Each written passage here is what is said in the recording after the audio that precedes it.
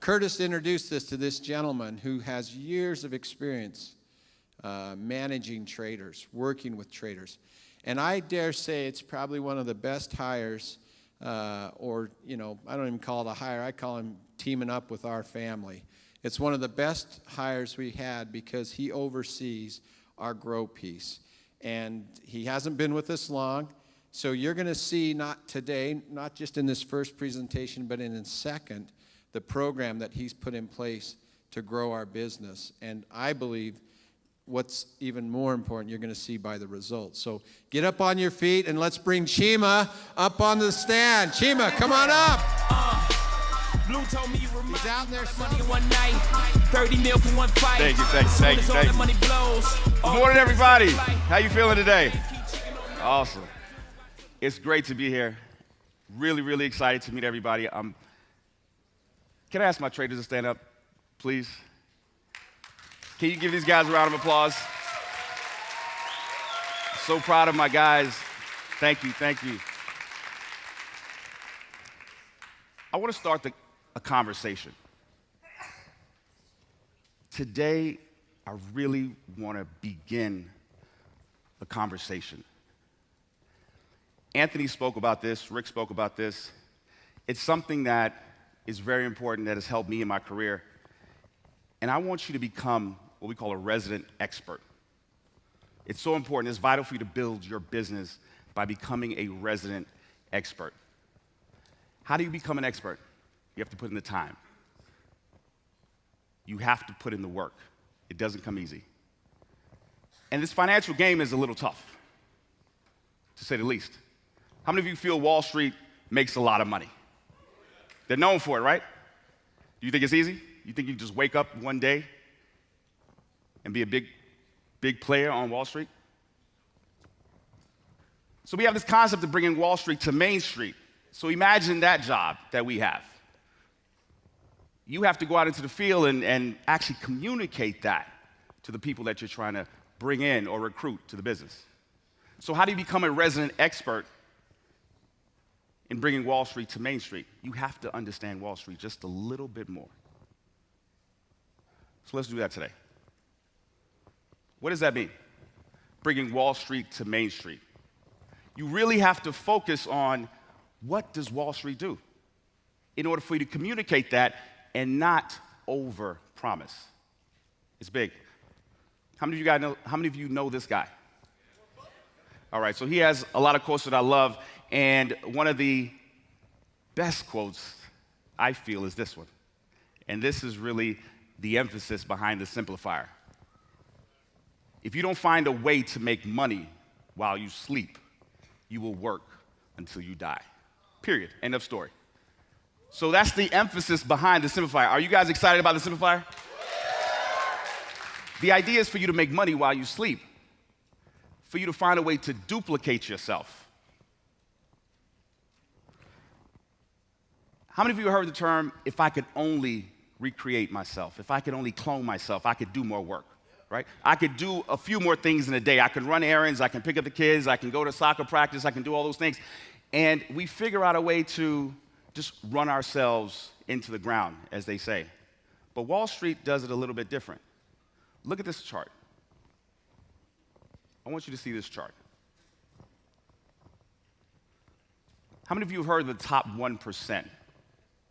You've heard that term before? What does that mean, top 1%? The very, very, very wealthy, right? Well, some of you agree that they get it right. They find a way to get it right. They're wealthy for a reason. They figured it out. In 2001, all the way, let's go up to 2007, the top 1% owns 38.3% of stocks.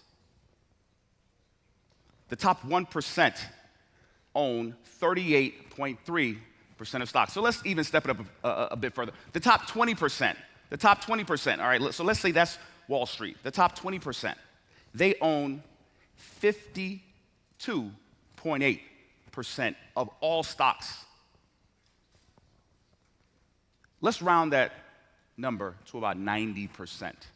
The top 20% own 90% of all stocks. Why is that? Why is that? Can you imagine? That means Main Street, the rest of us, right? The 80%, we only own a mere 10%. Think of that number. The top 20 own 90% of all stocks. Let's dig a little deeper. IBM, Google, Facebook, Shell, BP, those are all what? Companies. What do they do every day? The employees who go to work for them every day, what do? They work. They make money. Their job is to go to work every day and make money. That's it. So what do the rich do? They clone themselves. They use their money and they invest in companies. And that's how they create that multiple stream of income. Because the Main Street concept of multiple streams of income is I got to go out and be an entrepreneur in 5 different companies to become a millionaire. And that's the Main Street mentality. But the Wall Street mentality is I'm going to use my money and I'm going to own companies that go to work for me. Does that make sense? All right. Are we getting it? Are we starting to get it? So today is a conversation. Today is really just a matter of us looking at the way they do it and figure out a way for us to duplicate it. Does that make sense? I don't have to recreate the wheel. I just got to recognize the right wheel to follow. All right? So if the top 20% own 90% of all stocks, and I find myself in the 80, right? Why do we only own about 10? And I'm giving us a couple more, right? It's really 8.9.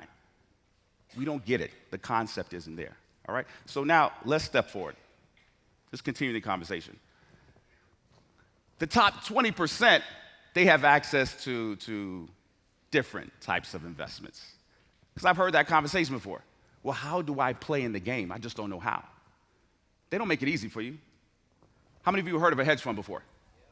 Hedge funds, right? We've heard of it? Do we know what it is? Yes. All right. Hedge funds. Basically, it's a pool of money where investors invest in different types of investment vehicles. It could be securities, it could be businesses, it could be anything. All right, so we know what a hedge fund is. How do we play? How do we get involved? Well, you got to be one of these. You got to be an accredited investor. Has anybody heard that phrase before? An accredited investor. How many of you feel that you're an accredited investor in this room? No hands. All right, this is what it is. In order to play where the big boys play, you have to have an annual income of an individual of 200K. Joint, 300. Net worth of over $1 million. That's the reality. That's how the rich stay rich. Because Main Street doesn't look like this. Main Street does not look like this. So how do we move forward? How do we break into that top 20%? How do we make a difference in our life, in our children's life, the next generation? Why are we even working this hard? When they talk about the leaders and the generational wealth that they're creating, it's impressive. Hard work, you can't fake it. Any industry, you just can't fake it. Basically, this is what it is. Can everybody read that? No one apologizes for that. Wall Street doesn't apologize for you. If you don't have the money, you just can't play. No one cries a tear for you. Believe me when I tell you. All right, so hedge funds, we know they make money, right? Can everybody say that? We know hedge funds make money, or at least we think they make money, for the most part. All right, how do they work? There's a concept called 2 and 20, and that's how they get paid.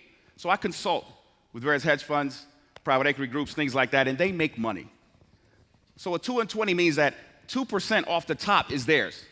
If you're an accredited investor, and if you come, and if you get invited, and if you follow this, okay, yeah, well, great, come on in. You give me some money, I take 2% off the top, just for saying hello, just for coming in the door. 2% of your hard-earned money is just gonna come in the pocket. Thank you very much. Next, charge you a performance fee. 20% of what I make for you, I keep. Period. End of story. That's what it is. Thank you for doing business, See you next year. Invite your friends. That's how it works. All right, great. What do you pay here at WG? Oh, $150. Let me cry about that. Wow, look at that.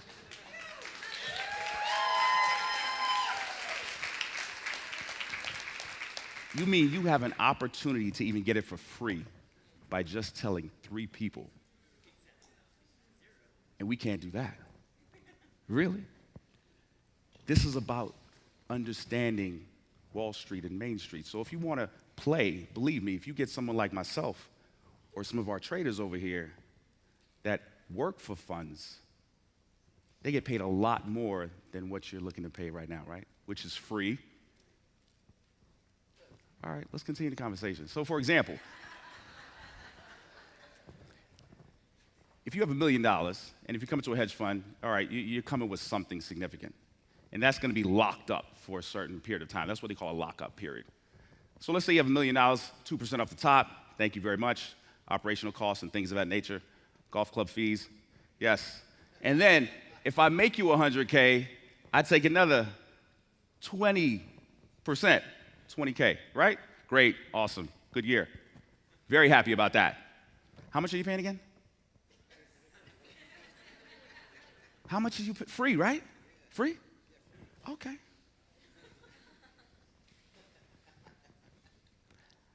That's why I ask my guys to stand up. You have no idea how difficult it is to execute a trade. How many of you work or have worked in professional industry before and you get evaluated how often? About once a year, right? Everybody? About once a year? At best, probably twice. I have friends, colleagues, and things like that. We talk about that. They slack off maybe February, March. By the time December rolls around, their boss, supervisors forgot that they slacked off February, March.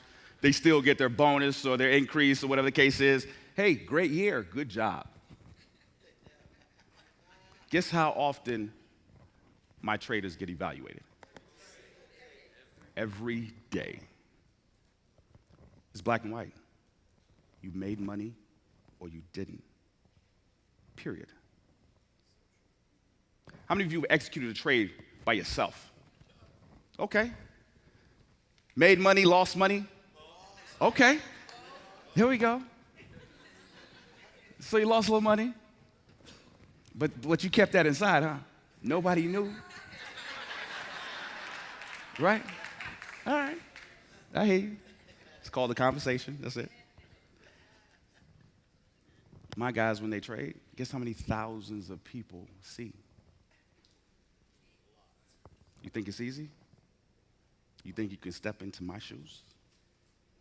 You think you can step into their shoes? Do you really? I ask you one thing. When you see these guys, shake their hand. Just say thank you.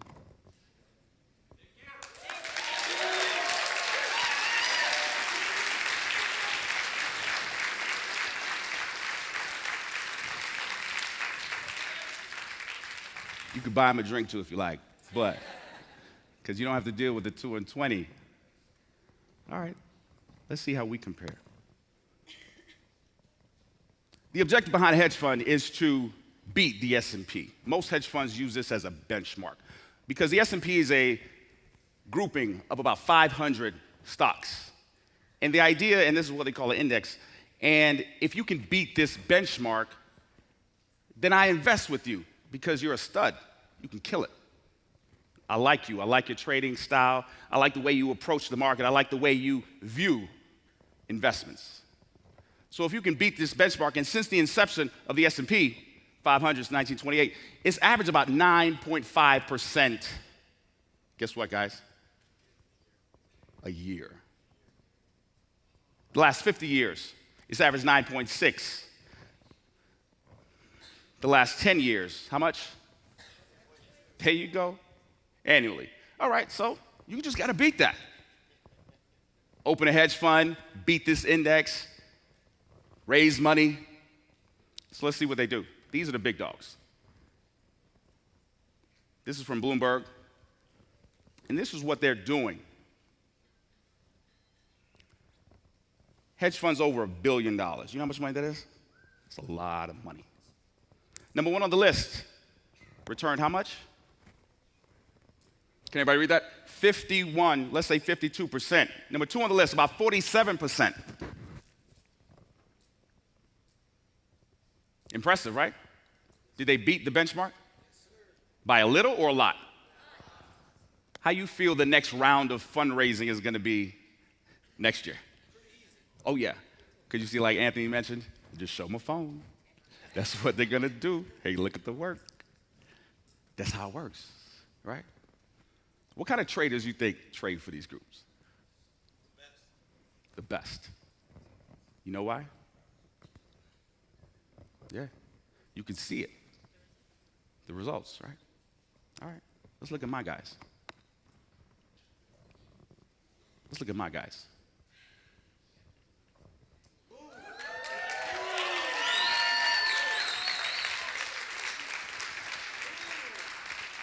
When we talk about our equity group, and they don't get enough credit because Forex is so sexy. I know, it is. However, money is money. We grow here in both sides of the business. If you have money and you're not diversifying, how many of you heard that word? Diversification.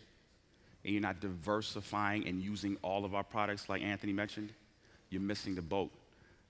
Now, this is ROI. This is what they call return on investment. So it's a huge number, 828%. Now, how would that relate to your account? Let's say if you had an account of $10,000 and you risk 10% per trade, your account would have gained over 80% that year. Is that impressive? Did that beat the hedge fund that you just saw that got 52%? So on your account balance, you would have made over 80% for the year. Let's meet the guys who's responsible for that. Can my equity group come up here? We have Corey, Darren, and Dave Bush. Can my equity group come up here? Can we get a round of, thank you, thank you. Great job, man. Great job. Great job. Thank you. When you see them, they're killing it. They're killing it. You are our hedge fund. We take this job very seriously. We know that we work for you. WG is our client. We take that very seriously. Trading isn't easy, as we mentioned. Every trade isn't won. But there's passion behind what we do. There is courage behind what we do. You see every trade. You see every scar. In the hedge fund world, they don't see that, in all honesty. Clients don't see every trade. That's the reality of it. They just don't see every trade. They see the returns quarterly. You see it every day, minute by minute. And my phone rings. Leaders call. Hey, what's going on? I'm like, oh, slow down, man. It's okay. The idea is over time, right? Over time, you will see the results. You can't live and die on every trade. And just like these traders can't live and die on every trade, you can't. All right. Thank you, guys.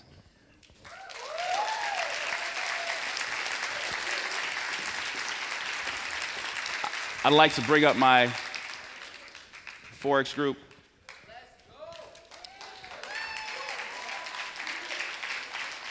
All right, Forex guys, can you come up for me, please? We have Dave Bush again, Dave Taggart. All right.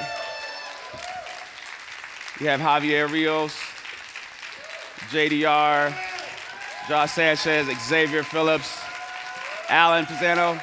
Alan, where are you? All right, there we go, Luke. Thank you. This is what their numbers look like. There we go, 60% over the last year, guys. And that's the return on your account. That's 60% on your account over the last 3 months. We're looking at 35%. This is what it looks like in pips. right? Oh, let me back up here. I think, all right, so, oh yeah, all right. So yeah, here we go. 12 months, 1807, the last 3 months, 1057, and this month, the current month, it's not even over yet, right? 295. There we go. All right, so these are the guys who are responsible for that. Please keep that in mind, everybody. It's over time, it's an average. This is what we're looking for. We're looking for,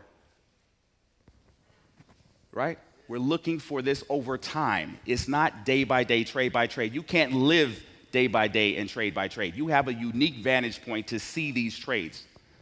And it's a roller coaster ride that, trust me, you don't want to be on. You're on it, you see it, put the phone down every now and again. Look at it maybe once a week. If you can stand it, once a month. There you go. That's how it works. But if you want to ride that roller coaster, you're going to have a hard time. But over time, you will make money. And the results speak for themselves. This is a conversation. You don't have to shoot over the moon. To sell this product, it's easy. You don't have to hit a home run when a single will win the World Series. The expectations that you set are vital, is critical. Because with the right expectation, we don't have an issue, right, with retention. And the retention gets you paid. So we do our job, you do yours. All right, everybody, thank you.